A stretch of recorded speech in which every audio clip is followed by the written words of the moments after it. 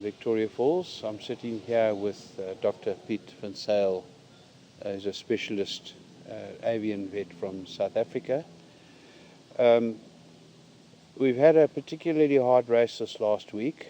It's not unusual for us, and we really needed to see if there's anything we can do to improve the situation. We raced Hotspot 4, which has in the last 4 years been a devastating race for us, and we need to get to the bottom of the reasons why. We have a very good idea of what we think, but maybe there's something we can do to improve that. The result of the race this week was a very hard race, and we had more losses than we would want, similar to other years, but our numbers are down this year anyway, so it hurts us. And more importantly, it hurts all the fanciers that have entered, and we're very sorry for that.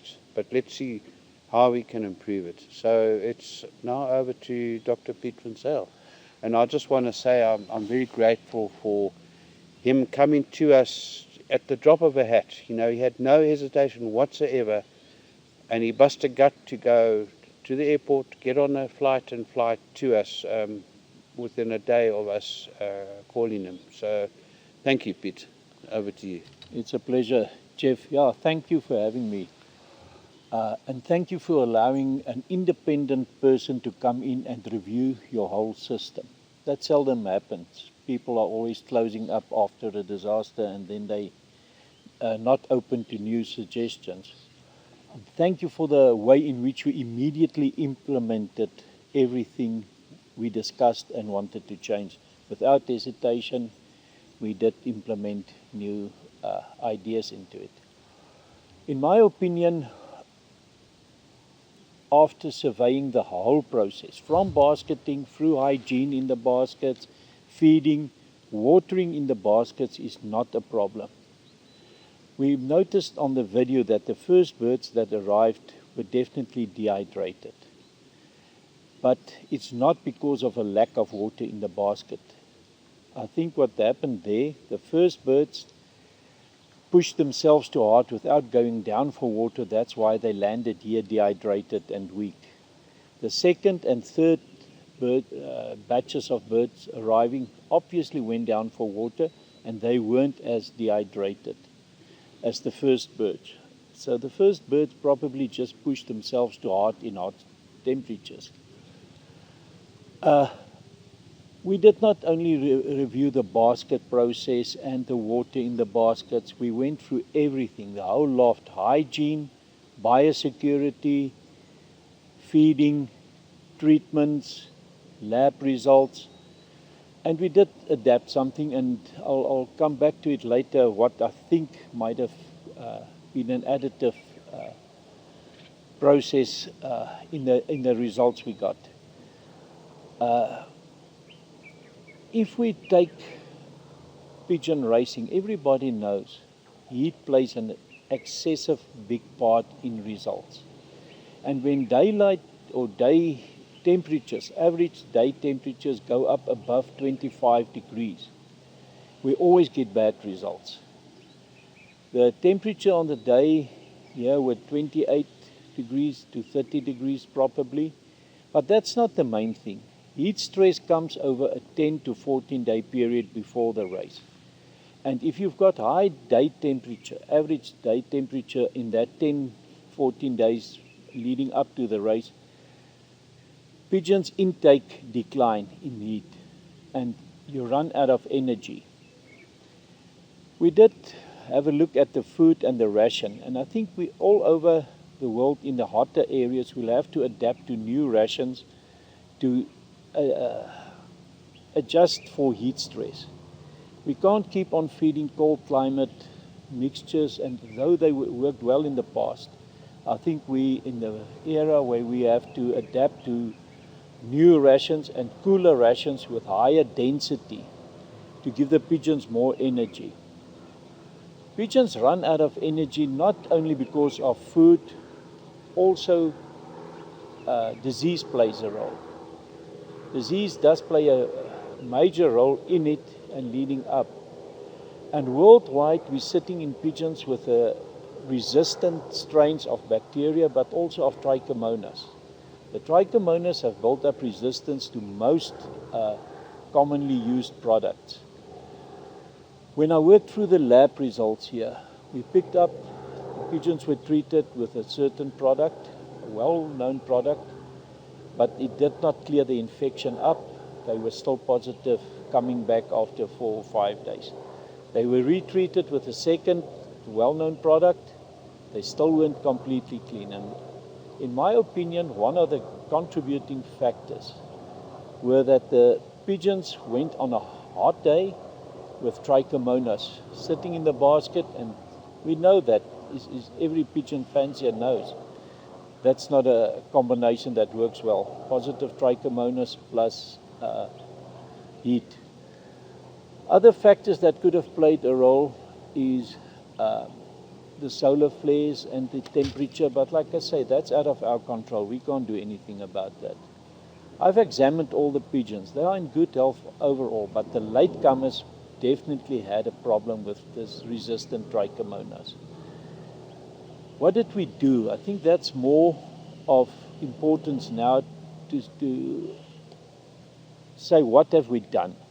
Like I say, we've reviewed the whole process. We've changed the disinfection. We've changed the nutrition, and that's an important thing.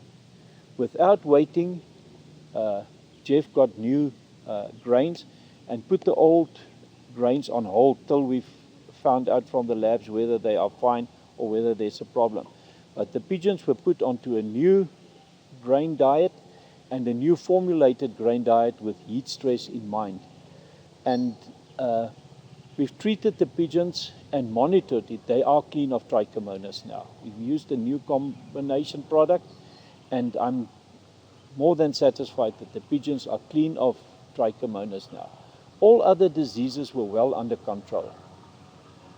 What I did recommend in future, instead of diagnosing a disease and then treating it, is that we change the whole system where the in-house lab treat the pigeons on a metaphylactic or preventative schedule and then monitor the success or failure of that treatment, so that we can keep the pigeons clean and monitor that instead of trying to diagnose diseases retrospectively. I think that's a more modern way of doing the pigeon health program, metaphylactically instead of reactively after they've got the disease, try and cure it, prevent them from getting it in the first place. We've immediately implemented that, and I'm positive we'll get positive results with that within a very short time. What happened all over the world. We know it. We know there's been disasters from all races. There's no excuses. For the people involved, we must manage what we can manage. We must get everything right and then hope for the best for the things that's out of our control. So in my opinion, I think it's still a well-known and well-run operation. I don't think there was massive neglect or anything here. The pigeons are well fed, they're well cared for by a well-dedicated staff, and I still think it's one of the best run lofts in the world. Okay, Peter, thanks for that. Really valuable for us. Just to let everyone know what we're doing going forward is we obviously have implemented everything that you've suggested, and we will continue to do that. We have got new products coming online, and it's sort of more modern, more effective products to help manage our disease control. And we've tweaked the ration by changing some of the products, upped some parts of the feed, and we've reduced others which we feel are will add to heat, contribute towards the heat. And the listeners can sort of have a look at that and think about it. Maybe of value to them too for other things. Of course, it's the heat stress management it starts at a much earlier age. The pigeon systems, as you explained to me, they've got to get used to that kind of treatment. So where do we go from here? You know, our race program showed that we would be racing a 500 kilometer this coming week, and then hotspot 3 at 300, and then back to the final at the end. And we didn't think it was wise to actually go to 500. We tossed the pigeons today. They're a little bit stiff. We expected that. I think we might have over-rested them a bit. They're looking good, but they were a bit stiff. I think the 52 has done them well. We're going to go back to 52 again in 2 days. It's on Wednesday. And hopefully that will sort of pick them up a bit. And then they'll be ready for the weekend where we will go to 318. We're not going to go to 500 kilometers. And then, depending on how they come, I feel sure that we'll have a better race than we had this last weekend, or this last Wednesday. And they'll go to 435, which is traditionally our hotspot 5 position anyway, but that'll be at hotspot 6, and then from there to the final. So that's the plan, and we obviously will keep everyone updated in between, and we wish everyone a better race. Yes, Geoff, I agree with getting the pigeons back into form by 2 or 3 shorter tosses, and then reduce the hotspots to not more than 350, just to get the pigeons slowly back into top shape. And then you can start to jump as much as you like. But I would prefer not more than 350 in the next week. Yes. Just to give the pigeons a better chance to recover. Yeah, okay. So that would be, and you're quite correct with the heat stress. We've added all the nutraceuticals, all the vitamins, all the amino acids to prevent heat stress and to handle heat stress. So more than that we can't do. If the temperature is high, I would still raise them.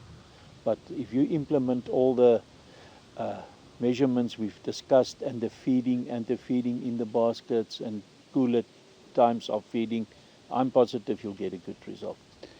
Peter, I think one thing that you mentioned, which is a revelation to me, and I think maybe to lots of the listeners, it's not something that, heat stress is not something that happens today. It's not the conditions today necessarily. It's a build-up over a period of time, 10 to 14 days beforehand. If you have a lot of heat, it will affect the pigeon's performance on the day. Yeah, that's most definitely in all species of animals. Heat stress is a period, not just a day. One very hot day is not the same effect as 14 above average temperatures. And we better get used to that, because that's going to become the norm in pigeon racing. Yes. Heat stress is the most important thing to cover in our areas. Yes. Thank you, Geoff. Thanks very much, Peter, and thanks for your time, and once again for coming. Always a pleasure. And thanks to the listeners, and we wish you the best of luck for this coming race and in the future, and we'll see you and report back to you again. Bye-bye.